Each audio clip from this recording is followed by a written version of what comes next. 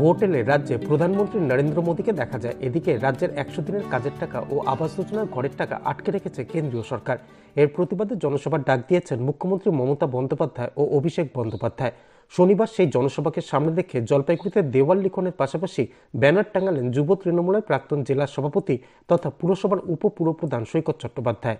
এদিন থানা মোড়ে এক কর্মসূচির মধ্য দিয়ে দলীয় জনসভার প্রচারে নামেন তিনি। সৈকত বলেন, 100 দিনের কাজের টাকা রাজ্যের প্রাপ্য। উত্তরপ্রদেশ, মধ্যপ্রদেশ ও গুজরাটে সবথেকে বেশি 100 দিনের কাজের ভুয়ো জব কার্ড রয়েছে সমীক্ষা অনুযায়ী। তবুও সেই সব রাজ্যে টাকা দেওয়া হয়েছে, কিন্তু পশ্চিমবঙ্গে সামান্য জব কার্ড ভুয়ো রয়েছে, আর এর জন্য এই রাজ্যের টাকা বন্ধ করে রাখা হচ্ছে। আবাস যোজনায় 40% রাজ্য ও 60% কেন্দ্রীয় সরকার দিয়ে থাকে। রাজ্য সরকার টাকা দিলেও কেন্দ্রীয় সরকার দিচ্ছে না। এর প্রতিবাদে তৃণমূলের এই জনসভা হবে।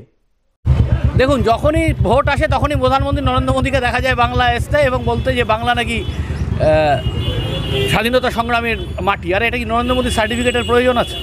আজকে আপনারা দেখুন, বাংলার মানুষকে যারা সবচেয়ে বঞ্চনা করেছে বিজেপির নেতৃত্বে কেন্দ্রীয় সরকার। মনরেগা একটা কিন্তু আইন, এবং সেই আইন অনুযায়ী আপনার যারা কাজ করবে তাদেরকে 100 দিনের কাজের টাকা দিতে হবে। আজকে ইউটিলাইজেশন সার্টিফিকেট যারা সবচেয়ে দিতে পিছিয়ে রয়েছে উত্তরপ্রদেশ, মধ্যপ্রদেশ, গুজরাট, এবং যারা ভুয়ো জব কার্ড যাদের সবচেয়ে বেশি উত্তরপ্রদেশ, মধ্যপ্রদেশ, গুজরাট, তাদেরকে কিন্তু 100 দিনের কাজের টাকা দিয়েছে, কিন্তু বাংলাকে কাজের টাকা বঞ্চনা করেছে, যেখানে বাংলায় ভুয়ো জব কার্ডের সংখ্যা সবচেয়ে কম। আজকে সেখানে দাঁড়িয়ে আমি একটা কথা বলতে পারি যে এই প্রেক্ষাপটে এবং এই যে আবাস যোজনায় 40% রাজ্য সরকার দেয়, 60% ভারত সরকার দেয়, এবং সেখানেও রাজ্য সরকার তার টাকা দিতে তৈরি, কিন্তু আবাস যোজনার 11,36,000 পরিবারকে টাকা দিচ্ছে না কেন্দ্রীয় সরকার, কেন্দ্রের অংশটা। তাহলে সেই জায়গায় দাঁড়িয়ে বঞ্চনার বিরুদ্ধে 59 লক্ষ মানুষকে 100 দিনের কাজের টাকা দিচ্ছে না, 11,36,000 পরিবারকে আপনার দিচ্ছে না, কি বলে,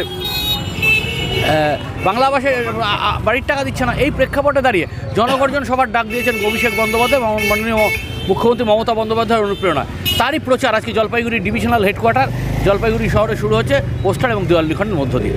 Disclaimer. This channel may not promote any violent, harmful or legal activities. All content provided by this channel is meant for an educational purpose only.